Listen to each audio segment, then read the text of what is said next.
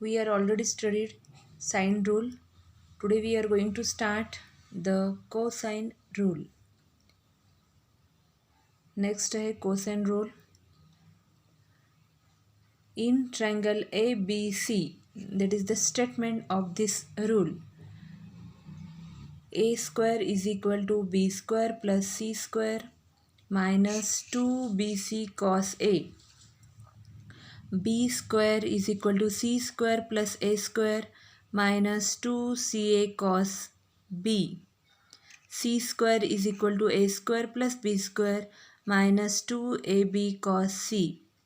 तर हा जो काय कोसाइन रूल आहे त्यामध्ये जर तुम्ही ऑब्झर्व केला तर फर्स्ट स्टेटमेंट जे आहे A square is equal to म्हणजे A square is equal to असेल तर B square plus C square आणि हे इथे जे बी स्क्वेअर प्लस सी स्क्वेअरमधलं बी आणि सी आहे तेच येणार आहे इथे मायनस 2BC. पण कॉस जो अँगल आहे तो मात्र ए येणार आहे. इथं जो ए स्क्वेअर आहे तसाच इथे ए येणार, कॅपिटल ए, कारण तो अँगल आहे. ट्रायंगल ए बी सीमध्ये हा काय आहे, अँगल आहे. Similarly in case of this two statements B square is equal to उरलेले रिमेनिंग दोन C square plus A square. आपल्याला माहिती आहे आपण साइन रूल स्टडी करत असताना शिकलेले आहोत की A B is equal to A, B C is equal to C. हे आपण ते साईड्सची लेंथ आहेत त्या. मग या ठिकाणी B square is equal to C square plus A square minus 2CA cos B. C square is equal to A square plus B square minus 2AB cos C. आता आपल्याला हे प्रूव्ह करायचं आहे.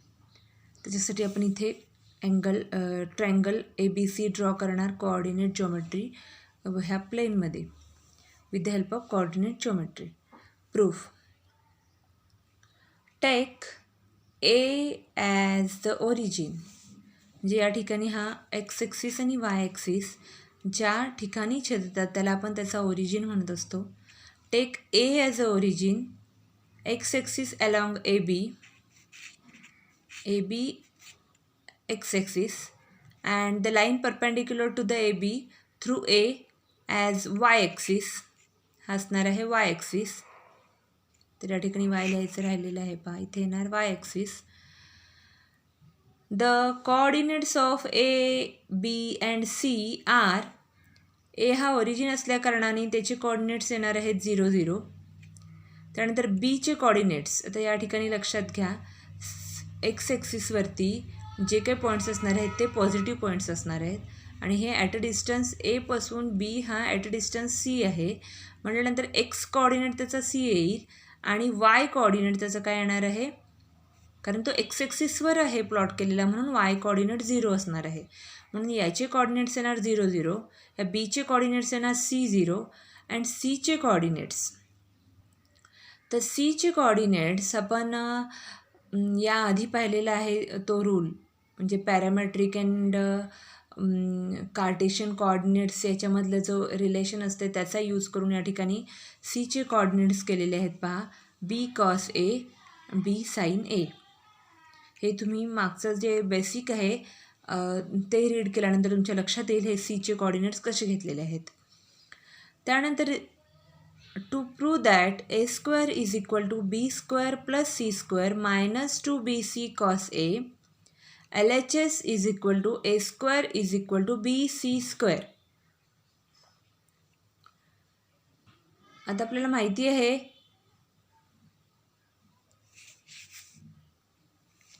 तर या ठिकाणी आपल्याला जे काही प्रूव्ह करायचं आहे A square is equal to B square plus C square minus 2BC cos A, त्यामधली LHS आपली काय आहे, ए स्क्वेअर आहे.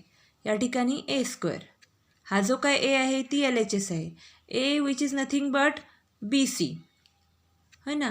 मग A square is equal to काय लिहिणार आपण, BC square that is equal to. आता या ठिकाणी डिस्टन्स फॉर्म्युला, याचे कोऑर्डिनेट्स आणि याचे कोऑर्डिनेट्स. डिस्टन्स फॉर्म्युला काय सांगतो, तर डिस्टन्स फॉर्म्युला काय सांगतो, x1 minus x2 bracket square plus y1 minus y2 bracket square.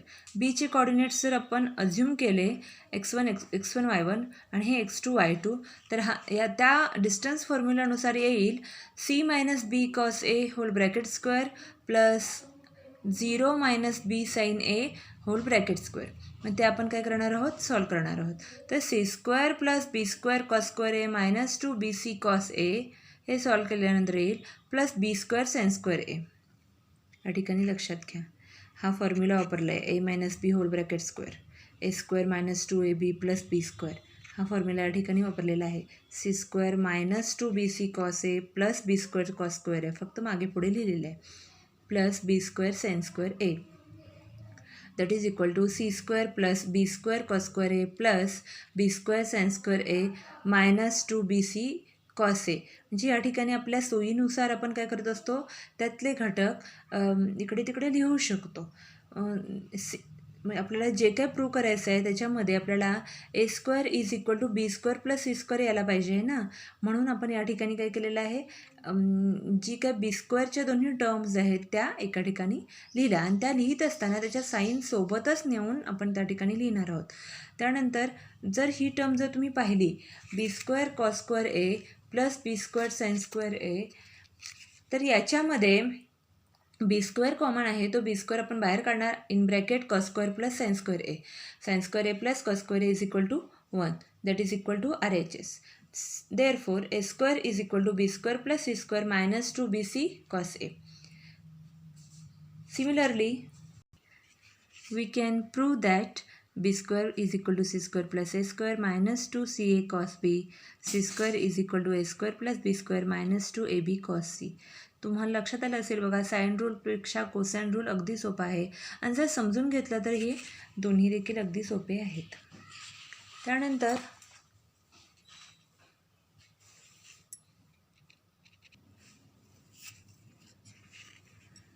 remark, the cosine rule can be stated as in triangle ABC cos A is equal to b square plus c square minus a square divided by 2bc, cos B is equal to c square plus a square minus b square divided by 2ca.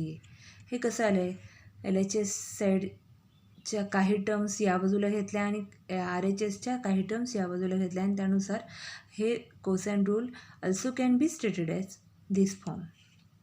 The example, in triangle ABC, if A is equal to 2, B is equal to 3, C is equal to 4, then prove that the triangle is obtuse angled. Solution, we know that the angle opposite to the largest side of a triangle is the largest angle of the triangle. तर या ठिकाणी तुम्हाला sides दिलेले आहेत, A is equal to B is equal to C is equal to, आणि सांगितलेलं आहे की तो ऑब्ट्यूस एंगल आहे, हे प्रूव्ह करा. We know that the angle opposite to the largest side of the triangle is the largest angle of the triangle. Okay, here side A B is the largest side, C is the largest angle of a triangle. तोच आपण triangle observe करायचा, जो cosine रूलमध्ये वगैरे आपण वापरला आहे ना, तोच angle of a triangle ABC. To show that C is an obtuse angle, cos C is equal to a square plus b square minus c square divided by 2ab, that is equal to, या ठिकाणी येणार -1/8. As cos C is negative, C is obtuse angle. Okay, triangle ABC is obtuse angle triangle. हे लक्षात ठेवा, जर कॉसची value जर मायनसमध्ये येत असेल, निगेटिव्ह येत असेल, तर त्याचा अँगल जो काय असतो तो ऑब्ट्यूस अँगल असतो, हे लक्षातच ठेवावे लागणार. त्यानंतर in triangle ABC, if A is equal to 60 degree, B is equal to 3 and C is equal to 8, find A, also find the circumradius of the triangle. या ठिकाणी तुम्हाला अँगल दिलेले आहे A is equal to 60 degree आणि sides दिले आहे बी N C. Find ए. या ठिकाणी आपण वापरणार आहोत पहा, तर सोल्युशन लिहायचं राहिलेलं आहे. By cosine rule A square is equal to हवं आहे हां इथं, A square is equal to B square plus C square minus 2bc cos ए.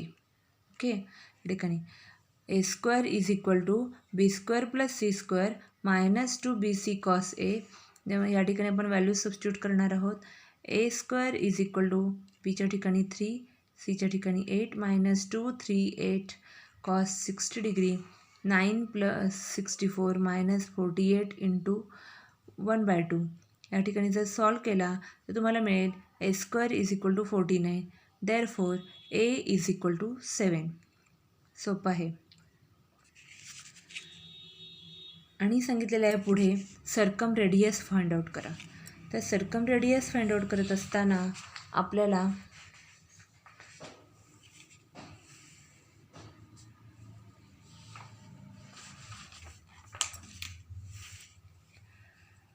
नाव या ठिकाणी रेडियस हे साइन रूलमध्ये असते पहा. So now sine rule A upon sine A is equal to 2r. 7 divided by sine 60 degree is equal to 2r. 7 divided by root 3/2 is equal to 2r. Therefore r is equal to मिळणार आपल्याला 7 divided by root 3. आपल्याला माहिती आहे each ratio A upon sine A is equal to B upon sine B is equal to C upon sine C is equal to 2r हा sine rule असतो. तर त्यामधला हा एक रेशो घेतला A upon sine A is equal to 2r. मग अशा पद्धतीने जर आपण फाइंड आउट केलं तर आरची आपल्याला व्हॅल्यू मिळेल 7 divided by root 3. 7 root 3 divided by 3. Therefore, the circumradius of the triangle is 7 root 3 divided by 3.